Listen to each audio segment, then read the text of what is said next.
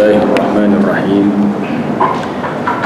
الحمد لله رب العالمين والصلاة والسلام على رسول الله وعلى آله وأصحابه أجمعين سبحانك لا علم لنا إلا ما علمتنا إنك أنت العليم الحكيم وتب علينا إنك أنت التواب الرحيم رب اشرح لي صدري ويسر لي أمري واحلل عقدة من لساني يفقه قولي فإن أصدق الحديث كتاب الله وخير الهدي هدي محمد صلى الله عليه وسلم وشر الأمور محدثاتها وكل محدثة بدعة وكل بدعة ضلالة وكل ضلالة في النار اللهم علمنا ما ينفعنا اللهم زدنا علما وارزقنا فهما أما بعد. Sambungan kita seterusnya ayat yang ke-10. Qalat lahum rusul. Ayat yang ke-11. Qalat lahum rusuluhum.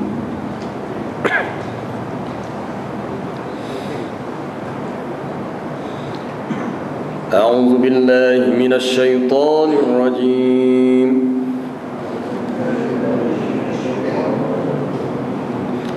Bismillahirrahmanirrahim.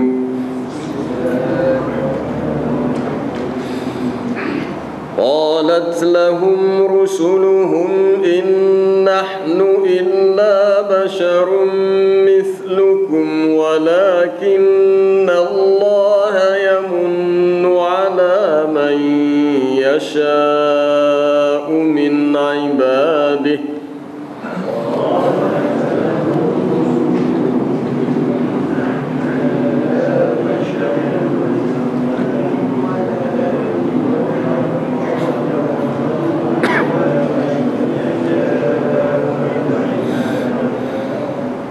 وما كان لنا أن نأتيكم بسلطان إلا بإذن الله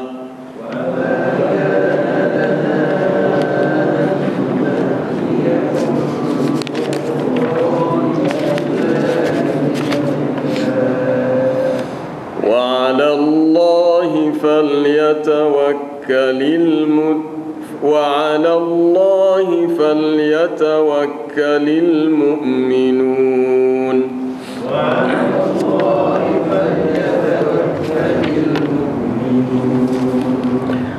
وما لنا ألا نتوكل على الله وقد هدانا سبلنا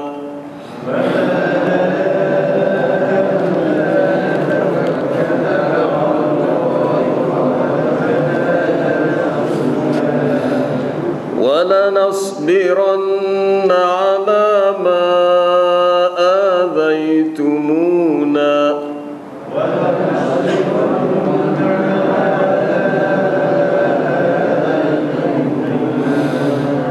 وعلى الله فليتوكل المتوكلون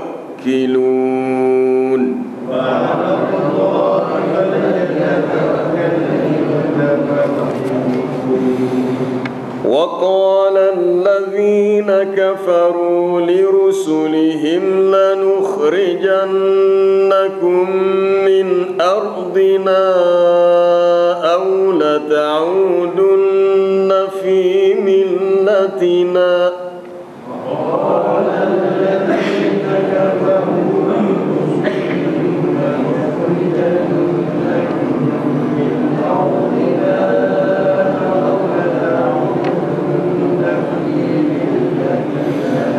فأوحى إليهم ربهم لنهلكن الظالمين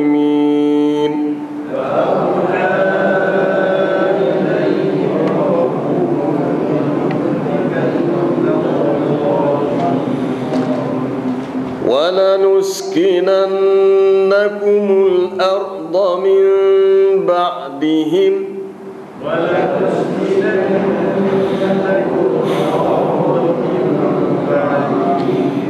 ذلك لمن خاف مقامي وخاف وعيد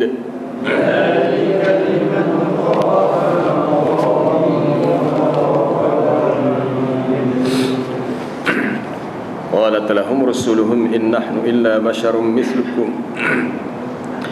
Berkatalah kepada mereka oleh rasul-rasul yang diutuskan kepada mereka, tidaklah kami melainkan manusia yang seumpama kamu, walakin Allah yamunnu ala man yasha'u min ibadihi, dan tetapi Allah Ta'ala telah menganugerahkan, yakni pangkat kenabian kepada sesiapa yang dia kehendaki dari kalangan hamba-hambanya. وَمَا كَانَ لَنَا أَن نَأْتِيَكُمْ بِسُلْطَانٍ إِلَّا بِإِذْنِ اللَّهِ, dan tidaklah boleh bagi kami, tidaklah patut bagi kami untuk mendatangkan apa-apa bukti melainkan dengan izin Allah. وَعَلَى اللَّهِ فَلْيَتَوَكَّلِ الْمُؤْمِنُونَ, dan kepada Allah berserahnya, bertawakalnya orang-orang yang beriman. Rasul itu berkata, wa ma lana alla natawakkala 'ala Allah wa qad hadana subulana. Kenapakah kami tidak berserah bertawakal kepada Allah, padahal sesungguhnya Dia telah menunjukkan kepada kami akan jalan-jalan kami ini. Wa lanasbiranna 'ala ma adaitumuna, dan kami benar-benar akan bersabar di atas perbuatan kamu yang menyakitkan kami. Wa 'ala Allahi falyatawakkalul mutawakkilun, dan kepada Allah berserahnya orang-orang yang bertawakal itu. Wa qala alladzina kafaru lirusulihim, dan orang-orang yang kafir itu berkata kepada rasul-rasul mereka, la nukhrijannakum min ardina aw la ta'udunna fi millatina, kami benar-benar akan menghalau kamu keluar daripada bumi kami, ataupun kamu kembali semula kepada agama kami.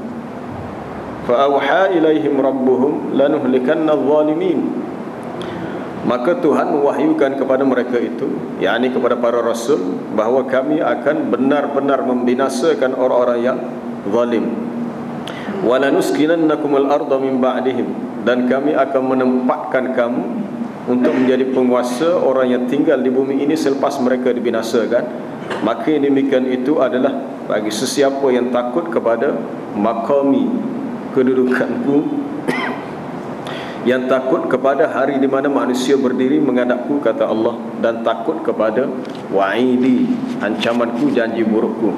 Menyambung kembali kisah yang berlaku antara rasul-rasul terdahulu dengan umat mereka. Banyak halangan, banyak cabaran, banyak kesusahan yang dilalui untuk mengubah pemikiran manusia, untuk mengubah keyakinan manusia, untuk menjadikan manusia yakin bahawa apa yang dibuat oleh Rasul adalah benar, bukanlah suatu perkara yang mudah. Jalan dakwah ni jalan yang payah.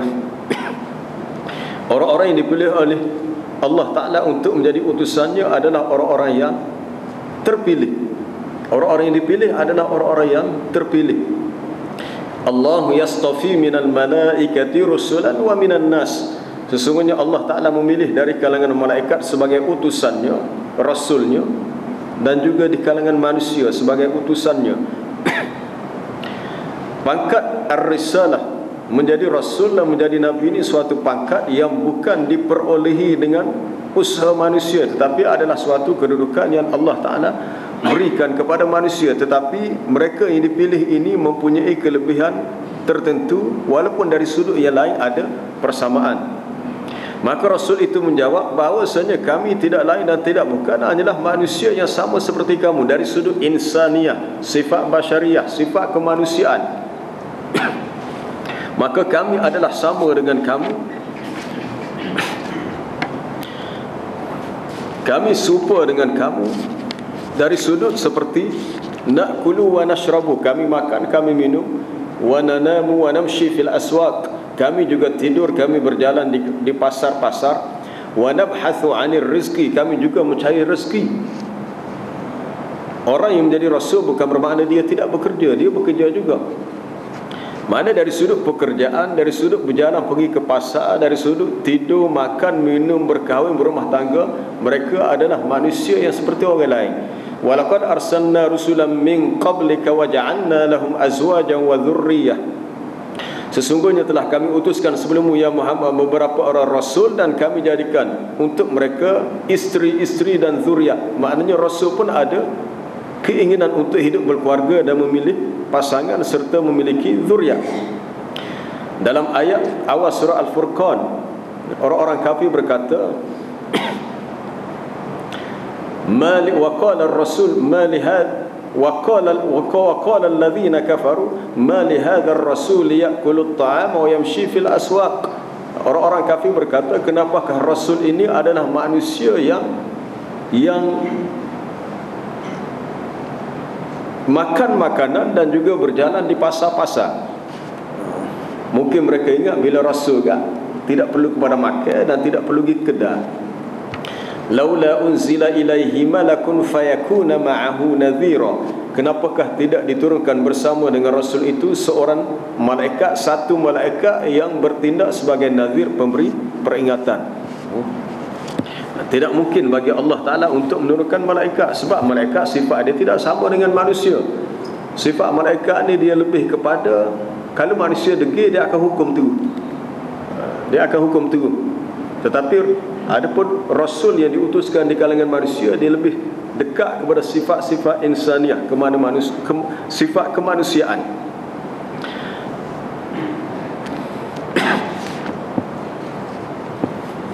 Maka pangkat kerasulan dan kenabian adalah suatu minhah ilahiyah, suatu kurniaan daripada Tuhan. Ianya la tunalu bi mujarrad at-tashahi war-raghbah. Ianya tidak dapat dicapai semata-mata dengan keinginan dan juga minat. Kalau seseorang ada keinginan untuk jadi rasul, untuk jadi nabi dan berminat, lalu dia berusaha untuk mendapatkannya, maka dia tidak akan mendapatkan pangkat itu. Wala tunalu bil mujahadah, dan tidak dicapai dengan usaha mujahadah yang sungguh-sungguh. Wa qad kadzdzaba al falasifah alladzina za'amu anna an-nubuwata tunalu bi mujarradil kasbi bil jiddi wal ijtihad. Ini yang penting daripada buku Ar-Risalah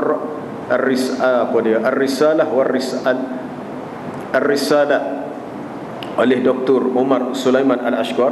Katanya lagi, sesungguhnya golongan ahli falsafah telah berdusta apabila mereka menyangka bahawa pangkat kenabian dapat dicapai semata-mata dengan usaha yang sungguh-sungguh, yang gigih, serta watakallafa anwa'al ibadah, serta membebankan diri dengan pelbagai bentuk ibadat, serta bertarung bersungguh-sungguh melakukan ketaatan dan membiasakan diri untuk tahdzibin nufus, untuk mendidik menjinakkan diri serta nafsu, wa tathhiril akhlaq, mensucikan akhlak-akhlak yang buruk, wa riyadatin nafsi wal badan, dan melatih diri dengan badan ke arah yang lebih baik. Ini dipetik daripada kitab Lawami al-Anwar al-Bahiyah oleh As-Safarini. Allah Subhanahu wa taala menjelaskan dalam beberapa ayat bahawasanya an-nubuwah, pangkat kenabian ni suatu nikmatan rabbaniyah ilahiyah, suatu nikmat daripada Tuhan yang khusus daripadanya. Seperti yang dinyatakan dalam ayat 58 surah Maryam, ulaikal ladzina an'ama Allahu 'alaihim minan nabiyyin min dzurriyyati Adam wa mimman hamalna ma'a Nuh wa min dzurriyyati Ibrahim wa Israil wa mimman hadaina wajtabaina. Mereka itulah orang-orang yang Allah Ta'ala beri nikmat ke atas mereka dari kalangan Nabi-Nabi, iaitu daripada zuriat Nabi Adam, serta orang-orang yang kami bawa bersama dengan Nabi Nuh di atas kapal, juga daripada zuriat Ibrahim dan juga Israel. Israel makna zuriat kepada Nabi Yaqub alaihissalam, dan juga di kalangan orang yang kami beri hidayah dan yang kami pilih. Ijtabaina, kami pilih.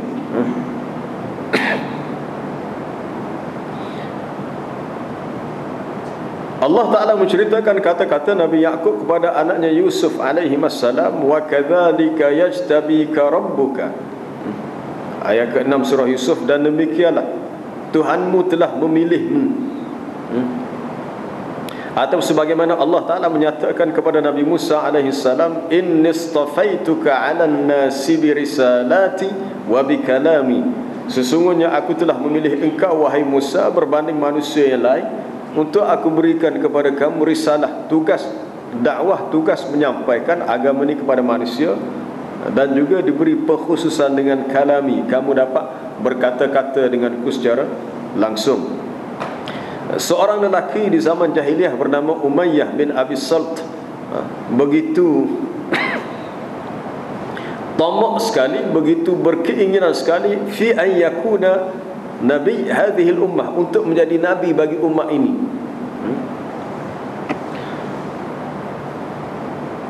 Tetapi tidaklah dapat terhasil dengan apa yang dikehendakinya, sebab pangkat kenabian adalah pilihan daripada Allah. Dan benarlah Allah Ta'ala telah berfirman, Allahu a'lamu haitsu yaj'alu risalatah. Allah Ta'ala lebih mengetahui di mana dia menjadikan risalahnya, untuk siapa dan kepada siapa akan dia serahkan tugas risalah, tugas menjadi rasul. Oleh kerana itu, ketika uqturiha, dicadangkan bahawasanya perlu dipilih bagi urusan kenabian ini dan urusan kerasulan ini, pilih salah seorang lelaki dari kalangan tokoh yang terkenal di Mekah dan di Taif. Orang-orang jahiliah pernah mencadangkan, tak tahu cadang kepada siapa, mereka mencadangkan supaya kalaulah rasul itu boleh dipilih, pilihlah mana-mana yang utama yang ada di Mekah dan di Taif. Seperti yang disebut dalam ayat surah surah Az-Zukhruf, wa qalu laula nuzila hadzal qur'anu ala rajulin minal qaryatayn azim. Dan mereka berkata, kenapakah tidak diturunkan Quran ini kepada seorang lelaki daripada dua buah kampung yang besar ni. Maksud kampung di sini Mekah dengan Taif. Mekah dan Taif merujuk pada dua tokoh, Urwah bin Mas'ud Al-Thaqafi ataupun Al-Walid bin Al-Mughirah. Zaman jahiliah, Al-Walid bin Al-Mughirah ni seorang yang sangat terkenal di Mekah, dan kisahnya banyak disebut dalam Quran. Sama ada di awal surah Al-Muzammil, di awal surah Al-Muddathir, banyak ayat-ayat yang disebut berkenaan dengan Al-Walid bin Al-Mughirah, bapa kepada Khalid bin Al-Walid. Khalid Al-Walid, kalau baca sejarah dia seorang yang hebat dari segi berat, memang hebat. Rupa-rupanya sifat hebat dia tu diwarisi daripada ayah dia.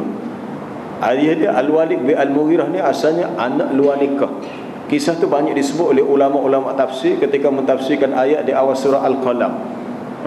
Inna balawnahum kama balawna ashab. Sebelum tu lagi, fala tuti'il mukadzibin waddu law tudhinu fayudhinun wala tuti' kull halafin mahin hammazim masya'in binamim manna'in lil khairi mu'tadin athim utullin ba'da dhalika zanim an kana dha malin wa banin idza tutla alaihi ayatuna qala asatirul awwalin. Itu sifat-sifat buruk yang ada pada Al-Walid bin Al-Mughirah boleh rujuk sendiri di awal surah Al-Qalam. Di awal surah Al-Qalam, Al-Walid bin Al-Mughirah. Baik. Lalu mereka berkata, kenapa tidak dilantik dia? Dia ni anak ramah, harta pun banyak. Harta bukan harta dia, harta diwarisi daripada orang tua dia. Sebenarnya tidak diketahui siapakah bapa yang sebenar, kerana ibunya adalah seorang yang disebut seorang baghiyun ataupun seorang zaniyah, wanita pelacur, mak dia. Itu ahli tafsir menyebut begitu. Itu berlaku kepada Al-Walid bin Al-Mughirah. Kemudian di Taif pula Urwah bin Mas'ud As-Saqafi. Sebenarnya Urwah bin Mas'ud ni salah seorang yang pernah juga dihantar oleh orang-orang Quraisy untuk menjadi wakil dalam kira bicara semasa Hudaybiyah. Semasa perjanjian Hudaybiyah, apabila Nabi berada di Hudaybiyah.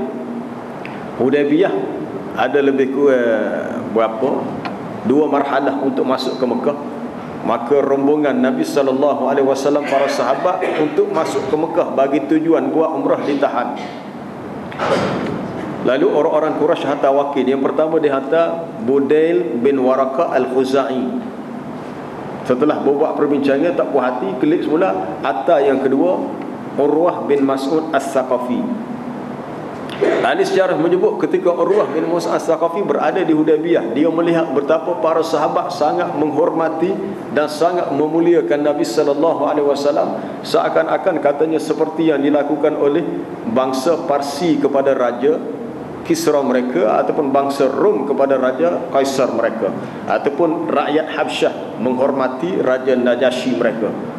Itu kata Urwah bin Mas'ud As-Saqafi. Akhirnya balik orang-orang Quraisy tak puas hati. Hatta pula yang ketiga, iaitu Amru, bukan Amru, apa dia, Allah, apa yang terakhir sekali,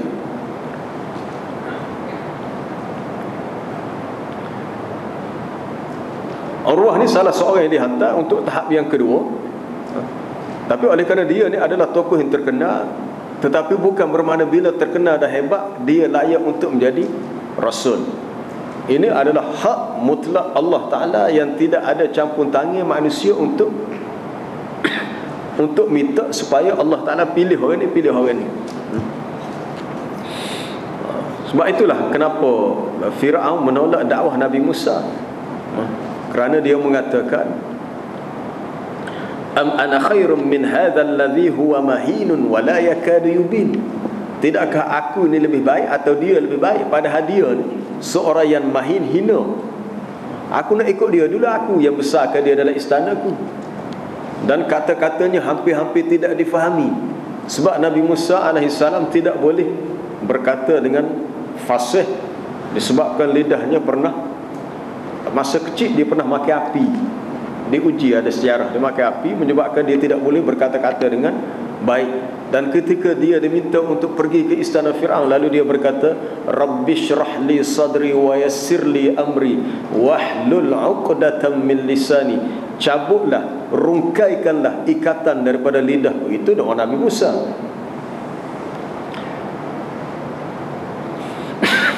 Tapi Nabi Musa tak boleh terima, dengan sebab dia kata, adakah orang yang pernah aku jaga, orang yang pernah aku pelihara, dia menjadi rasul untuk diutuskan kepadaku? Allah Ta'ala memilihnya dengan kehendaknya, dan dia lebih mengetahui siapa yang berhak. Baik. Lalu mereka berkata lagi, Allah Ta'ala menganugerahkan kepada sesiapa yang dia kehendaki dari kalangan ibadihi, hamba-hambanya.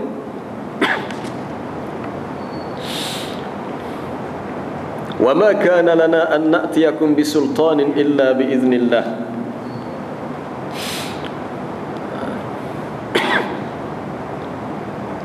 Dan tidaklah boleh bagi kami, tidaklah mungkin bagi kami untuk kami membawa suatu sultan. Sultan ni sebagai suatu hujjah ataupun burhan, bukti di atas kebenaran dakwah kami, risalah kami.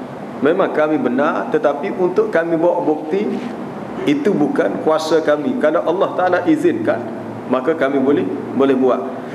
Ini menunjukkan bahawa rasul-rasul, nabi-nabi, apa-apa sahaja yang mereka buat tidak terlepas pergantungannya dengan Allah. Artinya kita kena faham dalam hidup kita, di antara konsep akidah yang paling kuat ialah nilai pergantungan al-i'timadu wa tawakkal 'ala Allah. Secara mutlaqan pergantungnya dan tawakal kita kepada Allah. Sehingga Rasul sendiri pun dia nak tunjukkan bahawa bukti betul dia benar. Dia kata, aku boleh tunjuk dengan izin Allah, biiznillah. Semuanya berlaku dengan biiznillah, dengan keizinan Allah, bimasyiatillah, dengan kehendak Allah. Wala naqdiru alaihi, dan kami tidak mampu, tidak berkuasa untuk berbuat begitu. Jadi segala mukjizat, kelebihan yang diberikan kepada nabi-nabi dan rasul-rasul alaihi wassalatu wassalam adalah dengan izin Allah. Maka Allah Ta'ala memberikan sultan, hujjah, bukti, mukjizat itu sesuai dengan zaman itu. Kalau zaman Nabi Musa, ramai orang pandai main sihir, maka diberi mukjizatnya, tongkatnya bertukar menjadi ular apabila dicampakkan. Tangan dia bila pun dalam poket baju atau beg, keluar cahaya yang sangat cerah. Di zaman Nabi Isa AS, manusia agak maju dalam bidang perubatan. maju dan agak ke depan dalam bidang perubatan. Maka Allah Ta'ala memberi mukjizat kepada Nabi Isa alaihissalam untuk membuktikan benarnya dia ni seorang Nabi dan Rasul, iaitu dia boleh menghidupkan orang mati. Mana ada dalam dunia sekarang ni seorang doktor yang setinggi mana ilmu kedoktoran dia boleh hidup balik orang mati. Kalau dah garanti dah mati, memang tak akan hidup lah. Sebab tidak ada doktor di dunia yang boleh cipta roh nyawa, tak ada. Walau setinggi mana ilmu kedoktoran, ilmu perubatannya, tak boleh. Tapi Nabi Isa alaihissalam diberi mukjizat. Apa dia? Katanya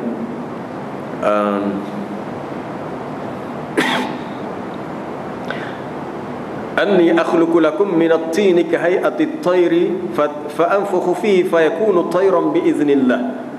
Aku boleh ciptakan untuk kamu seekor lembaga burung, buat burung dengan tanah, tin dengan tanah bercampur. Macam kita ambil tanah liat, atau mudahnya kita ambil plastising. Maka dengan izin Allah, katanya, fa anfukhu fihi, aku tiup. Kata Nabi Isa, aku pun tiup, maka fayakunu tayran, jadilah benda tu burung dengan izin Allah. Asalnya buat dengan tanah saja, bila tiup terbang jadi burung semua. Ini bukan sihir, ini mukjizat.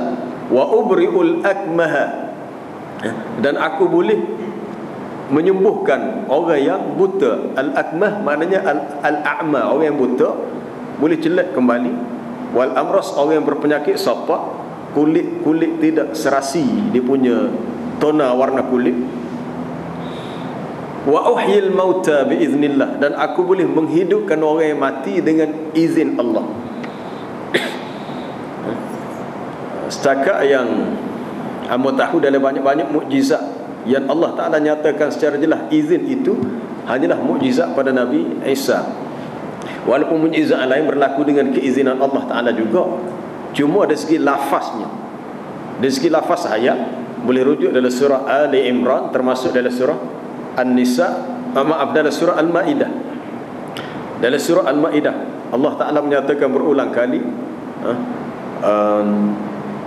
إذ أيتك apa dia, وإذ قال الله يا عيسى ابن مريم اذكر نعمتي عليك وعلى والدتك إذ أيتك بروح القدس تكلم الناس في المهد وكهلا وإذ علمتك الكتاب والحكمة والتوراة والإنجيل وإذ تخلق من الطين كهيئة الطير فتنفخ فيها فتكون طيرا بإذني. Tadi biiznillah disebut dengan biizni. Kamu boleh buat lembaga burung dengan tanah liat, dengan tanah bercampur air, lalu kamu tiup, jadilah dia burung dengan izinku. Wa tubri'ul akmaha wal abrasa biizni. Wa istukhrijul mauta biizni. Dan kamu juga dapat mengeluarkan orang yang mati kembali hidup juga dengan izinku. Semua tu Allah Ta'ala nyatakan berlaku dengan keizinan Allah. Itu boleh rujuk dalam surah Al-Ma'idah pun di akhir itu. Dua muka surat terakhir surah Al-Ma'idah berhubung dengan kisah Nabi Isa, bahagian terakhir surah Al-Ma'idah. Tapi Allah Ta'ala nyatakan dengan jelas berhubung dengan kalimah izin. Untuk kita kaitkan dengan ayat ni, bahawasanya wa ma lana an na'tiyakum bisultanin illa biiznillah. Kami sekali-kali tidak dapat membawa sebarang hujah bukti yang kamu minta kecuali dengan izin Allah. Kalau Allah Ta'ala izinkan, maka jadilah. Tapi kalau Allah Ta'ala tidak izinkan, tidak jadi. Sebab itu penting dalam hidup kita, apa-apa kita nak buat, kena yakin bahawasanya kita tidak akan terlepas sedikit walau sesaat pun dengan izin Allah. Kalau kita terjatuh dalam perkara maksiat, perkara dosa, kerana Allah Ta'ala mengizinkan tetapi dia tidak redha, kenapa hal itu? Sebab kita dah bincang dalam bab iradah, ada dua, iradah kauniyah dan iradah syar'iyah. Ada kehendak Allah Ta'ala yang dia tentukan untuk alam ni berlaku secara umum, tetapi bukan dari sudut syarak, bukan bermakna dari sudut syarak dia redha, dia merestui, dia meredai, tak. Adanya pembunuhan, adakah Allah Ta'ala suka manusia bunuh manusia? Allah Ta'ala tidak suka, tapi kenapa berlaku? Kerana dari segi ketentuan Allah, iradah kauniyah memang boleh berlaku. Tapi dari segi iradah syar'iyah, kehendak Allah Ta'ala, dari segi hukum syarak memang dia tidak redha. Allah Ta'ala dari segi iradah kauniyah, dia menentukan bahawasanya kalau berlaku perzinaan, memang orang yang berzina tu akan mengandung lahir. Kita kata kalau Allah Ta'ala tidak kehendaki, mungkin yang mengandung adalah orang yang berkahwin sahaja. Tetapi kalau berlaku orang yang di luar nikah, mungkin kalau Allah Ta'ala kehendaki tak berlaku. Tetapi tidak begitu yang berlaku. Dari segi iradah kauniyahnya berlaku juga. Tetapi walaupun berlaku dari segi iradah syar'iyah, ia tidak redha.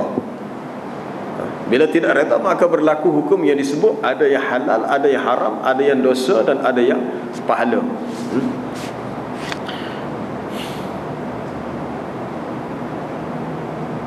Tetapi kita tidak boleh menyalahkan kepada Allah kalau berlaku apa-apa kekurangan kelemahan kita, sebab kita diberi ikhtiar, pilih.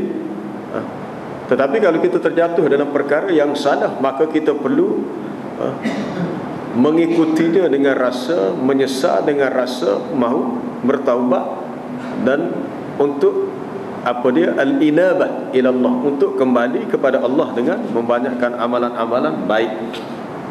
Wa 'ala Allahi falyatawakkalul mu'minun, dan kepada Allah dan ke atas Allah jugalah bertawakal orang-orang yang beriman. Kalimah tawakal dari sudut bahasa dia kena pergi dengan ala. Ala wa 'ala Allahi, tidak wa ila Allah. Walaupun kita terjemah kepada Allah, bertawakalnya orang-orang yang beriman, tapi dari sudut kalimah ala tu maknanya ke atas, menunjukkan bahawasanya pergantungan itu sesuatu yang mengatasi segala yang lain. Kerana ada sifat yang dinyatakan di situ, sifat al-ulu, sifat ketinggian, dari sudut meletakkan pergantungan kepada Allah. Banyak kali dah kita bincang berhubung dengan tajuk tawakal. Orang tawakal sungguh-sungguh ni tidak bergantung kepada makhluk. Walaupun dia minta tolong dengan makhluk, tetapi sebenarnya pergantungannya kepada Allah lebih tinggi, lebih kuat. Lebih-lebih lagi dalam perkara yang sebenarnya makhluk tak boleh tolong. Bahkan kalau makhluk nak tolong sekalipun, orang yang tinggi tawakalnya kepada Allah, dia lebih selesa untuk terus bertawakal kepada Allah. Ini tidak ramai lah orang sampai kepada makam setinggi itu. Nabi Ibrahim alaihissalam ketika dibakar dalam api, ketika hendak dicampakkan ke dalam api yang besar, datang malaikat bertanya, adakah kamu mahu meminta apa-apa pertolongan supaya aku boleh selamatkan kamu daripada menjadi bahan bakar api yang besar ni? Lalu Nabi Ibrahim kata, adapun kepadamu aku tidak berhajat, aku hanya berserah kepada Allah. Lalu dia membaca hasbunallah wa ni'mal wakil. Hasbunallah wa ni'mal wakil. Kalau kita ada apa-apa masalah dalam hidup, atau kita ada apa-apa kerumitan dalam hidup, perbanyakkanlah menyatakan penyerahan diri kepada Allah dengan hasbunallah. Kita sebenarnya lemah, kita tidak ada kekuatan, kita lemah. Kita nak didik diri kita, kita nak bentuk diri kita untuk jadi baik, payah. Kita nak didik nafsu kita yang jahat, yang liar pun payah. Kita nak menjadi hamba Allah yang benar-benar saleh, payah. Apa dia lagi? Kita nak berdepan dengan kerana manusia yang macam-macam, menyebabkan kita hilang sifat sabar, menyebabkan kita cepat marah, pun kita rasa kita tidak mampu. Maka perlu kita membanyakkan zikir hasbunallah wa ni'mal wakil, ataupun hasbiyallahu wa ni'mal wakil.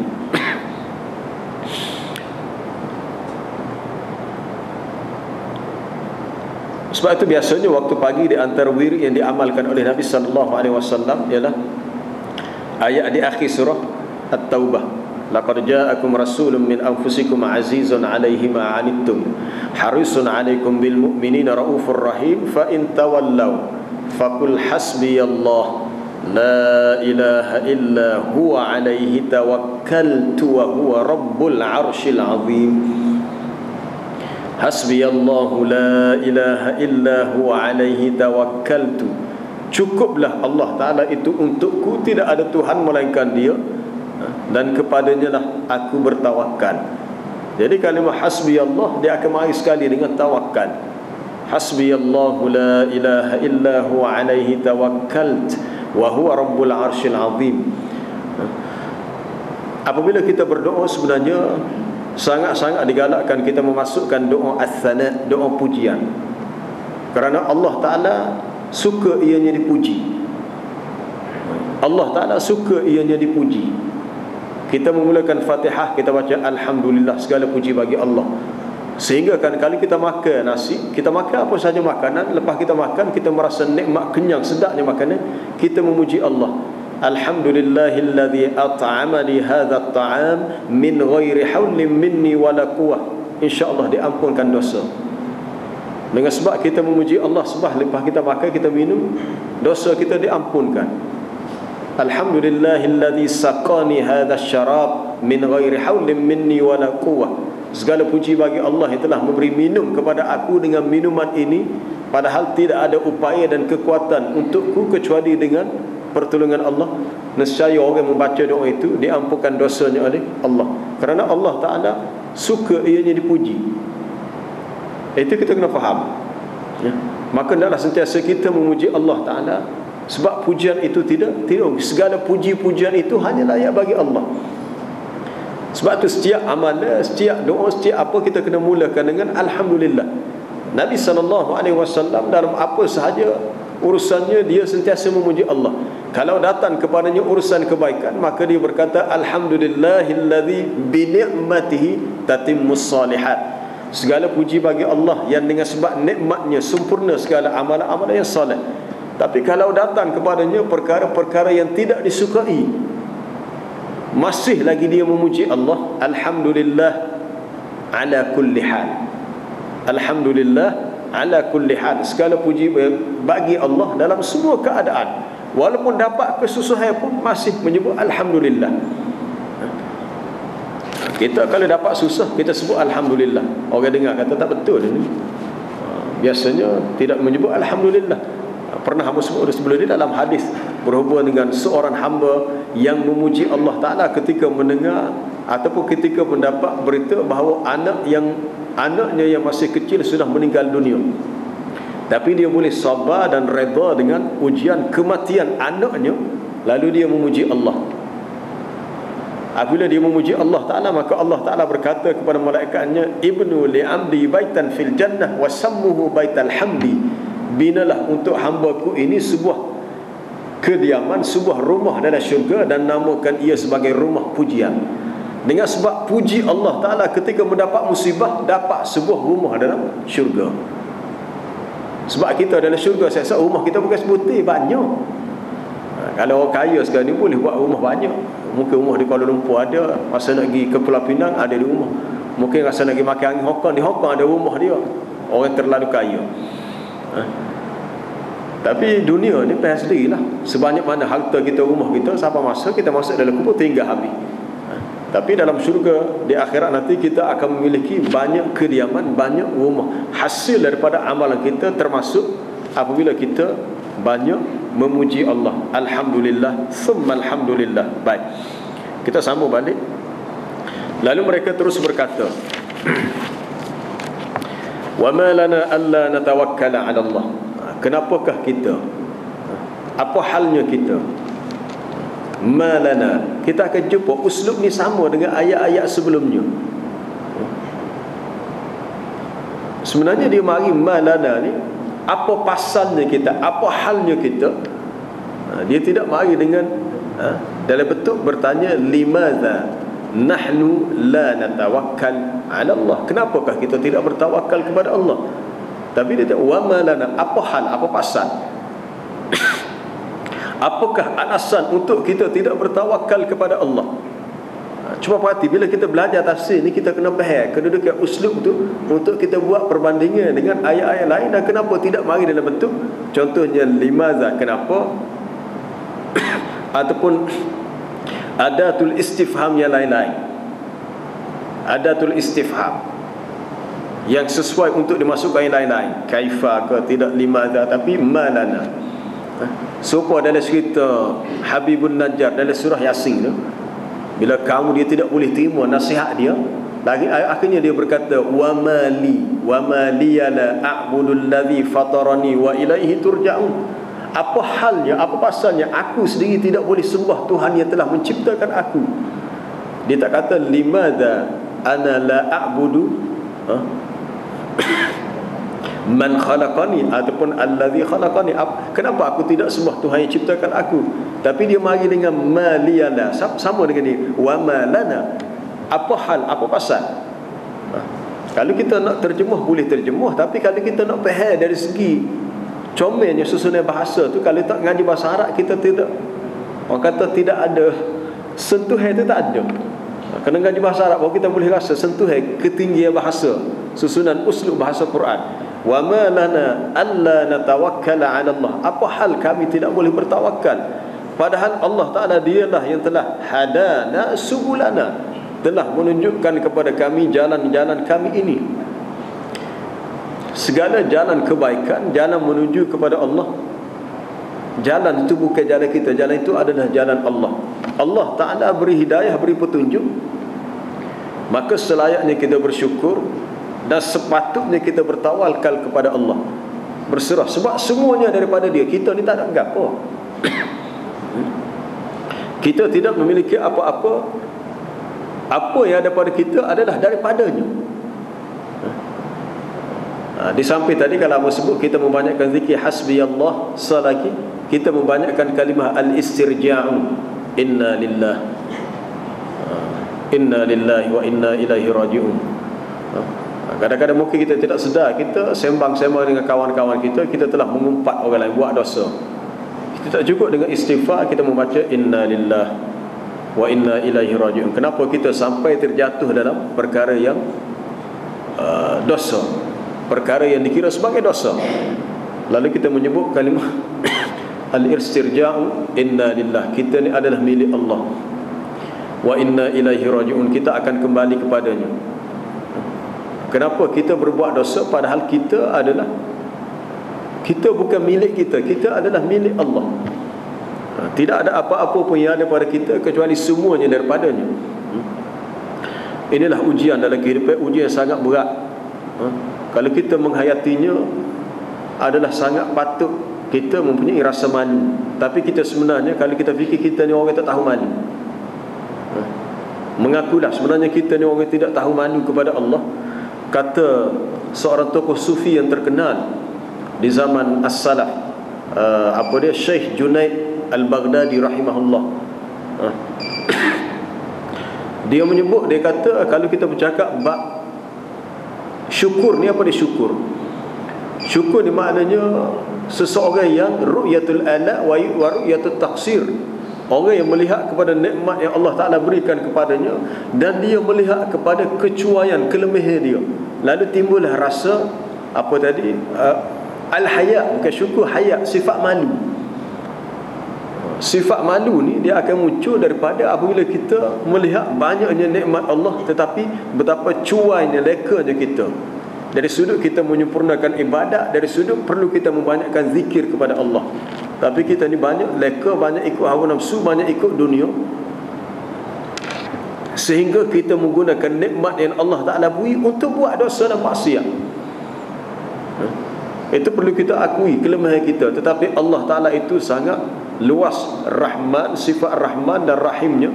Walaupun kita buat dosa, Dia tidak segera menghukum kita, masih diberi peluang kepada kita untuk kita bertaubat, untuk kita mengakui kelemahan kita. Dan Allah Ta'ala sangat suka untuk kita mengadu kepadanya. Allah Ta'ala suka untuk kita mengadu kepadanya, bahawa kita ni orang yang, seorang hamba yang lemah. Jangan sekali-kali kita menjadi orang yang putus asa terhadap rahmat Allah Ta'ala, walaupun kita merasakan kesalahan yang kita buat berulang kali. Rasul-rasul dan Nabi-Nabi walaupun berhadapan dengan ujian yang sangat berat, mereka sekali-kali tidak berputus asa. Dakwah diteruskan dan mereka terus bergantung kepada Allah. Kecuali kisah yang pernah kita dengar berhubung dengan Nabi Yunus bin Matta. Sehingga kalau seseorang itu, Nabi kata, Kalau dia rasa dia ni orang yang baik, orang yang soleh, tidak boleh dia berkata aku lebih baik daripada Yunus bin Matta. Walaupun Nabi Yunus pernah seperti rasa putus angin dengan sikap kaum dia, akhirnya dia tinggalkan kampung halaman dia, dia pun bawa diri, dia belayar tengah laut. Lalu Allah Ta'ala mentakdirkan bahawa sebahagian penghuni laut tu kena terjun di laut sebab berat dia. Bila dibuat dia kena pada dia. Akhirnya dia kata ini adalah ketentuan Allah kerana aku lari daripada tugas dakwah. Akhirnya pun terjun di laut dan Allah Ta'ala mewahyukan kepada seekor ikan paus yang besar, telan dia. Dan dia membanyakkan zikir kepada Allah, itu zikir tasbih. Fanada fi dhulumat alla ilaha illa anta subhanaka inni kuntu minadh zalimin. Nabi Yunus alaihi salam, la ilaha illa anta subhanaka inni kuntu minadh zalimin. Disebabkan zikir inilah, kata Nabi sallallahu alaihi wasallam dalam hadis riwayat Al-Imam At-Tirmizi, kalaulah bukan disebabkan zikir tasbih yang dibaca oleh Nabi Yunus ini, nescaya dia akan terus kekal berada dalam perut ikan paus tu sampai hari kiamat. Dia tidak mati tapi akan berada dalam perut ikan paus sampai hari kiamat. Laula an yakuna minal musabbihin, boleh baca di akhir surah As-Saffat, laula an yakuna minal musabbihin, kalaulah dia bukan termasuk orang yang membanyakkan tasbih, la labitha fi batnihi ila yaumi yub'atsun, dia akan terus berada dalam perut ikan itu sampai hari kiamat. Tetapi Allah Ta'ala tidak mentakdirkan berlaku, tetapi Allah Ta'ala menerima tasbih istighfar yang dibaca oleh Nabi Yunus berulang kali. Lepas tu dikeluarkan daripada fanabadnahu fil ara'i wa huwa saqim, lalu keluarlah dia daripada perut ikan paus dalam keadaan sangat letih dan dia sakit. Bukan penjara biasa, dalam seperti dihukum penjara. Baik. Ada pun kisah-kisah Nabi yang lain, Rasul lain, kita melihat tawakal, pergantungan mereka kepada Allah sangat hebat. Itu boleh cari sendiri dalam mana-mana buku tentang Qasasul Anbiya, kisah-kisah para Nabi dan Rasul. Dan kami akan bersabar di atas perbuatan kamu yang menyakitkan. Sebenarnya memilih untuk bersabar itu lebih baik. Payah sabar. Lebih lagi bersabar alal adhiyah, perbuatan manusia yang menyakitkan kita. Perbuatan manusia yang menyakitkan kita. Bersabar sebenarnya lebih baik. Bersabar sebenarnya lebih baik. Hatta terhadap pemerintah yang zalim, sebenarnya bersabar itu lebih baik. Kalau tegur pemerintah tak mahu berubah, maka mengambil pendekatan untuk bersabar adalah lebih baik daripada melakukan tindakan yang kemungkinan lebih banyak mendatangkan mudarat. Bersabarlah. Dalam hadis Sahih Bukhari, apabila ramai di kalangan tabi'in mengadu kepada sesetengah sahabat berhubung dengan kesusahan yang mereka lalui kerana seorang ketua tentera yang bernama Yusuf bin Hajjaj As-Saqafi. Dalam hadis itulah riwayat begitu. Sebenarnya masih menjadi suatu perbezaan pandangan di kalangan ahli sejarah, sebab Hajjaj sendiri pun ada sumbangan yang baik dari sudut perkembangan dakwah. Lalu berkatalah mereka, Rasulullah sallallahu alaihi wasallam bersabda, isbiru sabana, isbiru fa innahu la ya'ti zamanun illa walladhi ba'dahu syarrun minhu. Kecuali ketahuilah bahawasanya tidaklah datang suatu zaman kecuali zaman yang selepasnya lebih buruk daripada yang sebelumnya. Kena banyak bersabar. Lebih lagi kita hidup di akhir zaman, kita akan berdepan dengan banyak fitnah akhir zaman, kita kena sabar. Apabila berlaku peristiwa Al-Hurrah zaman akhir kerajaan Khalifah Muawiyah bin Abi Sufyan, lama sahabat-sahabat dibunuh di Madinah. Ada sebahagian sahabat tidak bersetuju dengan perlantikan Yazid. Tidak setuju Yazid bin Muawiyah dilantik apabila Muawiyah bin Abi Sufyan menyerahkan jawatan khalifah kepada anaknya Yazid. Tetapi oleh kerana mesti bersabar, walaupun ramai lagi di kalangan sahabat lain yang lebih baik daripada Yazid untuk dilantik menjadi khalifah. Sebab tu kita kena faham, bila dilantik oleh orang lain dilantik, kita nak orang ni, kita kata orang ni, kita kata tokoh ni lebih baik. tokoh ni ada kehebatan, ada wibawa, ada karisma, ini tidak baik. Mungkin dari segi kehendak kita. Berlaku zaman Khalifah Muawiyah bin Abi Sufyan, bila dilantik anak dia, maka ada sahabat setuju, ada sahabat tak setuju. Di antara yang tidak bersetuju adalah Abdullah bin Muti'.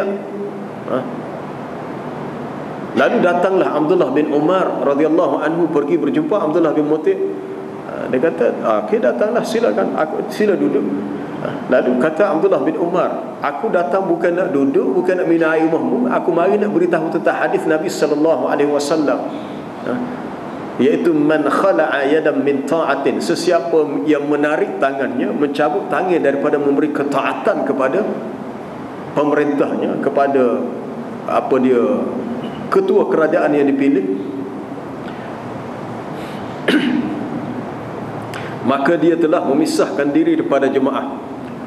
Wa man mata wa laysa fi 'unuqihi, sesiapa yang mati dalam keadaan tidak ada pada lehernya bai'ah, maksudnya seolah-olah tidak pernah dibuat bai'ah, janji setia untuk patuh dan taat, maka kalau mati seperti mati mata mitatan jahiliyah. Walaupun Yazid itu bukan orang terbaik, tetapi patuh kepada dia sebagai khalifah mesti, kata Abdullah bin Umar. Tapi oleh kerana ada sebahagian setuju, ada sebahagian tak setuju, menyebabkan berlaku pertumpahan darah. Jadi pendekatan bersabar itu sebenarnya lebih baik. Tapi untuk bersabar dalam situasi begini sangat payah. Maka kalau Nabi-Nabi dan Rasul menyatakan, sebab ayat ni dia mari dua taukid tu, kalau perhati, wala nasbiranna, ada lam taukid, nun taukid dua.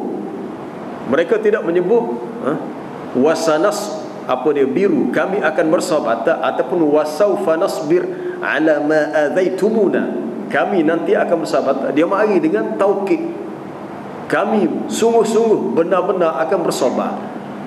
Jadi kalau Rasul sanggup bersabar, kenapa kita tidak boleh bersabar? Kita kena sabar. Walaupun sabar ini satu perkara yang payah, tapi ada pahala. Apabila dilanda penyakit pun kita kena sabar. Dalam hadis Nabi sallallahu alaihi wasallam, apabila penyakit taun, idza sami'tum, apabila kamu mendengar penyakit taun melanda bi ardin, satu tempat, jangan kamu masuk ke tempat tu kalau kamu berada di luar, dan orang yang berada di kawasan itu jangan keluar. Maka hendaklah dia menahan diri dan bersabar. Kalau mati, maka dia anggap mati syahid, sebab mati kerana penyakit taun. Tapi kalau orang tak bersabar, dia duduk sekapun tu, ada penyakit taun, dia pun lari tempat lain, jakit pula pada orang lain. Bersabar itu lebih baik. Anak anda Nabi sallallahu alaihi wasallam yang bernama Raqiyah, Raqiyah isteri kepada Uthman bin Affan, meninggal ketika hari umat Islam mendapat kemenangan di medan peperangan Badar kerana sakit sakit demam cacar.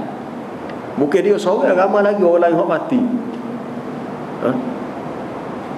Dan Rasulullah meminta supaya dia bersabar, sehingga Uthman bin Affan tidak dibenarkan pergi ke medan peperangan Badar, walaupun dia nak pergi, sebab peperangan Badar itu penting. Tapi Uthman diminta bersabar, tak payah pergi, kamu berada di Madinah, jaga isteri kamu Raqiyah. Diuji dengan kesakitan. Pentingnya sabar. Dan kepada Allah bertawakalnya sekalian orang-orang yang bertawakal. Pentingnya tawakal diulang dua kali dalam ayat yang sebelumnya dan ayat yang selepasnya. Al-mu'minu, dan satu lagi al-mutawakkilun.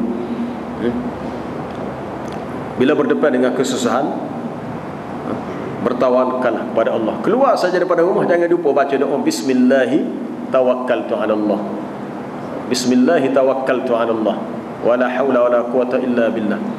Doa kita baca, kalau kita faham, kalau ada penghayatan, doa itu akan jadi satu senjata yang sangat berkesan.